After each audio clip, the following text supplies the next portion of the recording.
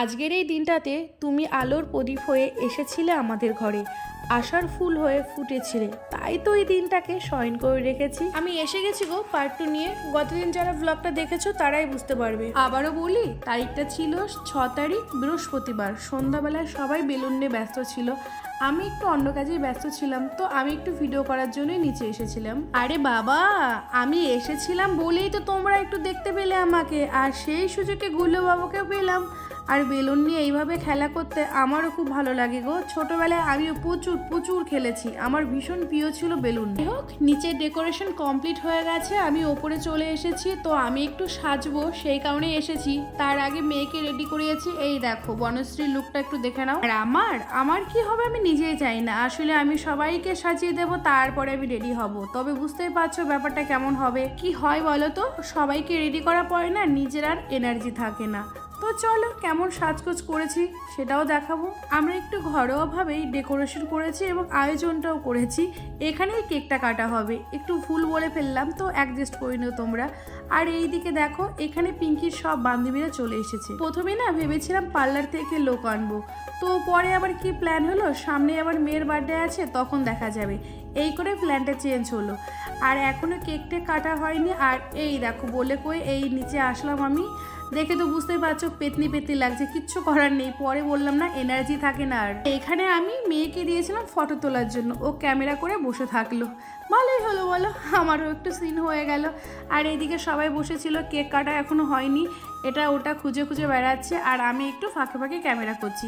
নিচে না একটু লাইটের অভাব ছিল, এই কারণে ছবিটা খুব একটা ক্লিয়ার হলো না। আমাদের নিচে না জায়গাটা একটু কম হয়ে গেছিলো। এই অল্প জায়গার মধ্যে সবাই চেয়ারে বসে গল্প করছিল, একটু হাসি ঠাট্টা যা হয় সেটাই হচ্ছিল। আর খাওয়া দাওয়ার ব্যবস্থাটা একদম 3তলা ছাদে করা হয়েছে। এবার তোমরা এই দিকটা দেখো, আমাদের কেকটা ওপেনিং হলো। কেমন হয়েছে কেকটা?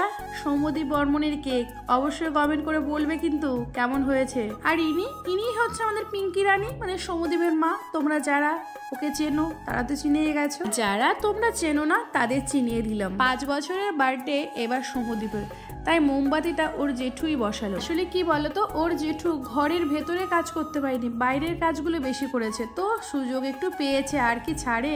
এদের ক্যামেরাও হচ্ছে, বুঝতেই পারছো। এইদিকে আবার আমি একটু নিজেকে ক্যামেরা বন্দি করছিলাম, কারণ ওই দিনটা আমার ক্যামেরা করার লোক ছিল না। দুপুরের দিকে তোমাদের দাদা একটু করে দিয়েছে, তাই একটু শর্ট ভিডিও আপলোড করতে পেরেছিলাম। সত্যি কথা বলতে কি জানো তো, সবসময় নিজে ক্যামেরা করলে না ভালো লাগে না সেই ভিডিওগুলো দেখতে। অন্যরা যদি একটু না বলে কয়ে একটু শ্যুট করে দেয়, তবে সেই সিনগুলো বেশি সুন্দর লাগে। এদিকে দেখছো 3 মূর্তি কিভাবে লাফালো। না একটু স্পিডটা বাড়িয়ে দিয়েছিলাম, এত জোরে লাফাইনি। আর এই পুচকুলো তো পুরো হাঁপিয়ে গেছে গো।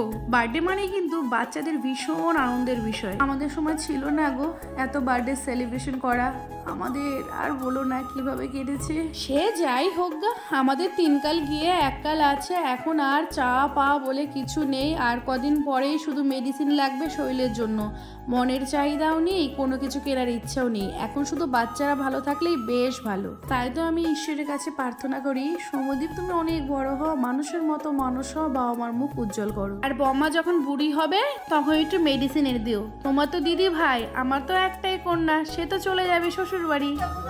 Happy birthday to you, happy birthday, happy birthday, deer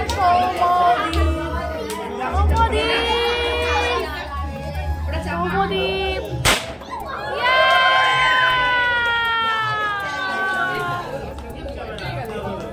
আমাকে খাওয়াও, হাতে নাও।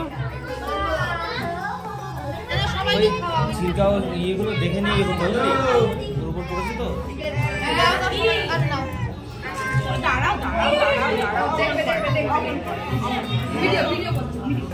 কেক কাটাও কমপ্লিট, খাওয়াও কমপ্লিট। এবার কি বাকি আছে? এবার তো সেই বুড়ি ভোজন খাওয়া দাওয়া। তার জন্য সবাই উপরে চলে গেল। আমিও ওপরে আসলাম। আর আমি যেহেতু নতুন বাড়ি করেছি তো অনেকে এসেছিল, তো তাদের আমি একটু ঘুরিয়ে ঘুরিয়ে আমার বাড়িতে দেখাচ্ছিলাম এবং গল্প করছিলাম। আর এই দিকটায় এসে দেখি বেলকুনিতে আমার মেয়ে গুল্লু সুন্দর ডান্স করছে। নিজের মেয়ের নাচ নিজেই প্রশংসা করলাম গো। তারপরে আমি অনেকক্ষণ পরে ছাদে আসলাম। আমি ভেবেছি হয়তো প্রথম দিকের বৈঠকটা শুরু হয়ে গেছে, এসে দেখে এখনো শুরু হয়নি। একটা বিপদ হয়ে গেছে, নানপুরিগুলো আর ঠিকঠাক হচ্ছিল না। নানপুরির জন্য ওরা ব্যাসটা চালু করতে পারছিল না, বারবার ভেঙে যাচ্ছিল। তো পরে শুনতে পেলাম যে নানপুরি মাখাটা একটু দেরি হয়েছে। তো চলো, এটা কোনো ব্যাপার নয়, রান্না করতে গেলে এরকম 19-20 হয়। আর এইদিকে রাইস, তারপরে রাইস দিয়ে শুরু হয়ে গেল। তারপরে আসলো চানা মশলা আর নানপুরি। আচ্ছা, তবে সবাই সবার মতন খাওয়া দাওয়া করুক, আর আমিও আমার মতো ব্লগটা শেষ করছি। আর ওই দেখো নিচে নাচ গান এখনো চলছে। তবে বলো কিন্তু কমেন্ট করে আজকের ব্লগটা কেমন লাগলো। আজকের মতো এখানেই শেষ করছি, আবার দেখা হচ্ছে অন্য ব্লগে।